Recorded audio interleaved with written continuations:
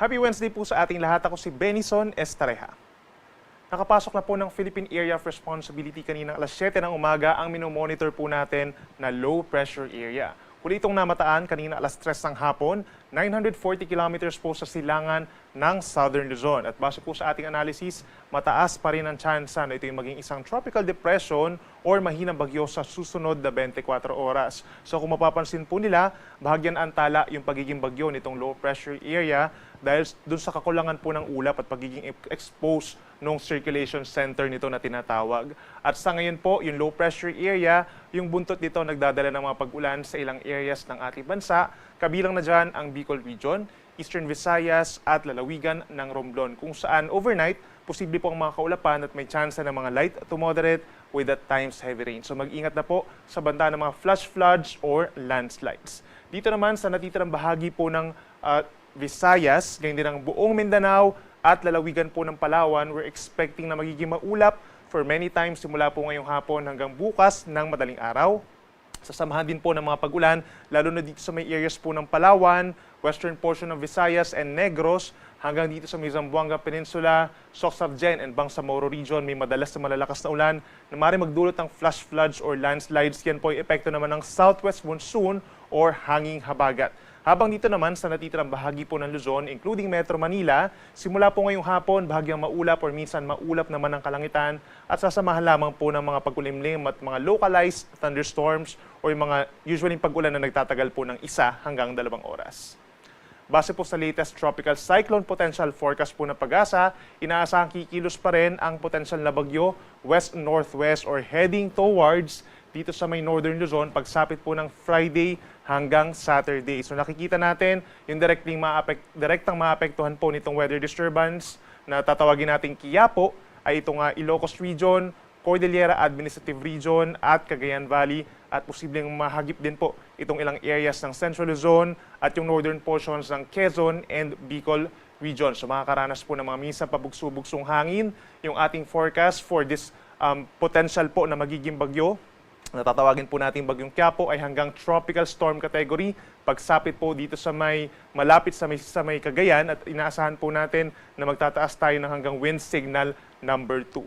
Ang natitirang bahagi ng Luzon, ganyan din po ang Visayas and Mindanao, sa paglapit nitong pre-Quiapo ay we're seeing na magkakaroon din ng mga pag-ulan dahil po yan sa southwest monsoon or hanging habagat na maaaring magtagal po hanggang sa araw ng linggo kung saan papalabas ng PAR ang potential na bagyo. So we're seeing na magkakaroon din ng mga malalakas na ulan, lalo na sa may areas po ng Mimaropa, Western Visayas, inulit natin itong Negros Island Region, pababa ng Zamboanga Peninsula, Bangsamoro Region, and Sorsogon.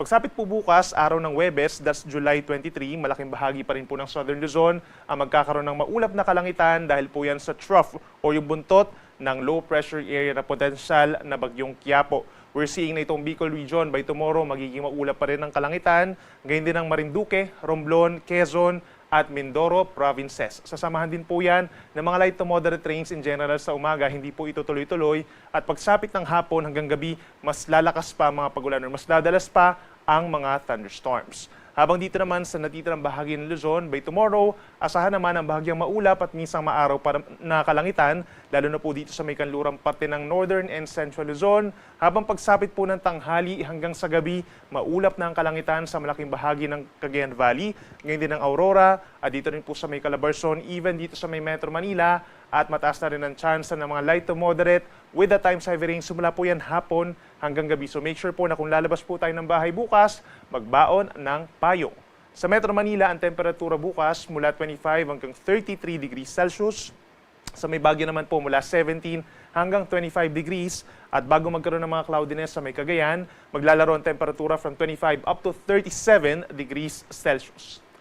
Sa ating mga kababayan po dito sa may Palawan, gayon din sa malaking bahagi ng Visayas and Mindanao, apektado na po ng southwest monsoon or hanging habagat ang malaking bahagi at unti-unti pa rin itong lumalakas dahil unti-unti nga lumalapit ang pre-Quiapo. So nakikita natin pinakamalalakas ang ulan dito po sa kanlurang parte po ng Palawan, maging dito rin po sa may Western Visayas, inuulit natin Negros Island Region, madadalas yung mga pag-ulan at minsan pabugso-bugso hanggang dito sa may Zamboanga Peninsula, Bangsamoro Region at Soxargen. Madalas tayo magtataas dyan ng mga rainfall advisories or even heavy rainfall warnings. Kaya't patuloy na mag-ingat sa banta ng mga pagbaha at pagguho ng lupa. Habang at some point by tomorrow, itong natitirang bahagi po ng Visayas at ng Mindanao, cloudy skies at may chance na din po ng mga light to moderate with at times heavy rains, lalo na po sa dakong hapon hanggang gabi. So mag-ingat din sa banta ng baha at landslides. Temperatura natin sa Metro Cebu and sa Metro Davao hanggang 31 degrees Celsius.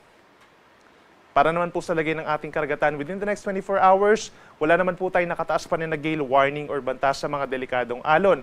However, unti-unti nang umaangat yung mga pag-alon natin dito sa may Palawan at sa may Mindanao. Yan po ay dahil pa rin sa habagat. At posibleng pinakamataas nga yung 2.5 meters dito po sa may baybayin ng Surigao del Sur and Davao Oriental. So pinag-iingat natin yung ating mga small sea vessels doon, lalo na kapag may mga thunderstorms kung saan tumataas pa ang mga pag-alon.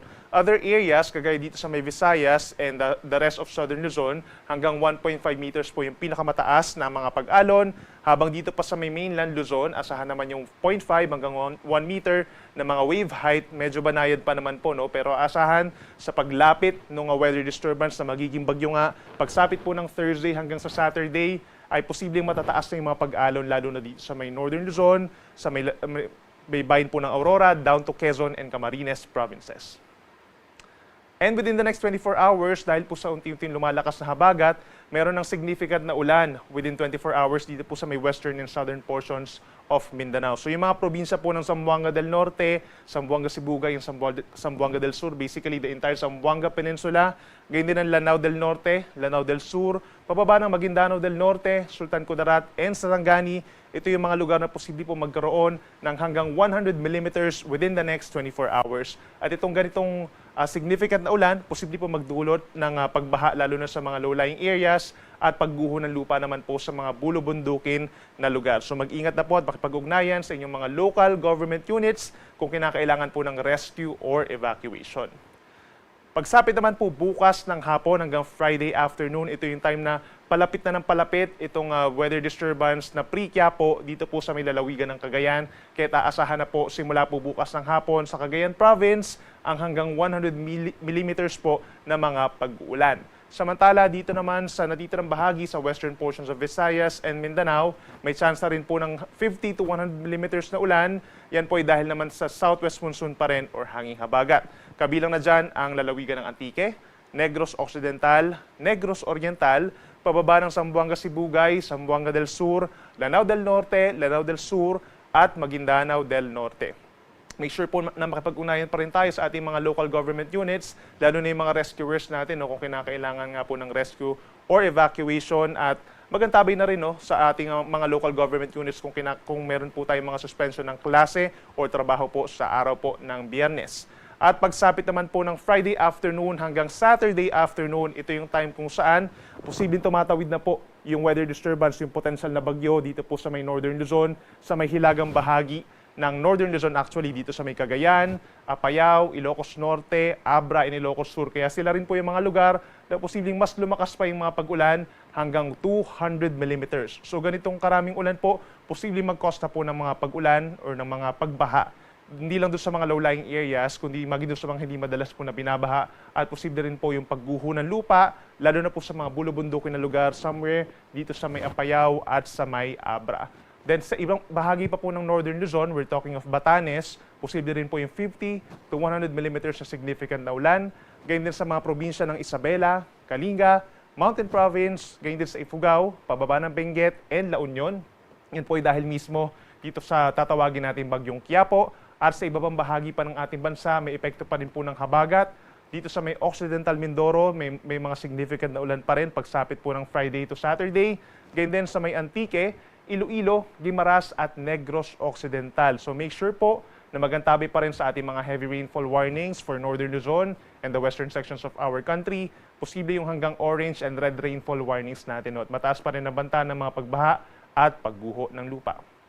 Para naman sa lagay ng ating panahon, simula po sa Friday hanggang sa matapos ang weekend, maraming lugar pa rin pang uulanin dahil ito yung time kung saan dumadaan nga sa Northern Luzon, itong si Priquiapo at lalampas dito sa may West Philippine Sea pagsapit po ng Saturday at posibleng nasa labasan ng PAR sa araw po ng linggo.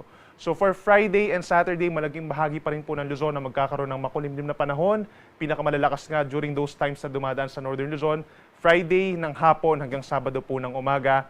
For Metro Manila, sa mga nagtatanong po, posible po yung mga light to moderate with the times heavy rains. Ganyan din sa mga nearby areas sa may Central Luzon and Calabarzon. Then pagsapit po ng Sunday, maraming lugar pa rin po dito sa western section ng Luzon na magkakaroon ng maulap na kalangitan at mga pag-ulan dulot pa rin po ng hanging habagat. And we're talking of Ilocos Region, itong Cordillera Region, lalo na yung Abra and Benguet, pababa po ng Zambales, Bataan, Tarlac, Pampanga, Bulacan, Rizal or the entire Calabarzon actually, dito rin po sa may Metro Manila, down to Mindoro provinces, asahan po ang mataas na tsansa ng ulan. The rest of Luzon, itong mga nasa eastern sections, improving weather conditions naman po, mababawasan na yung pag-ulan sa araw ng linggo.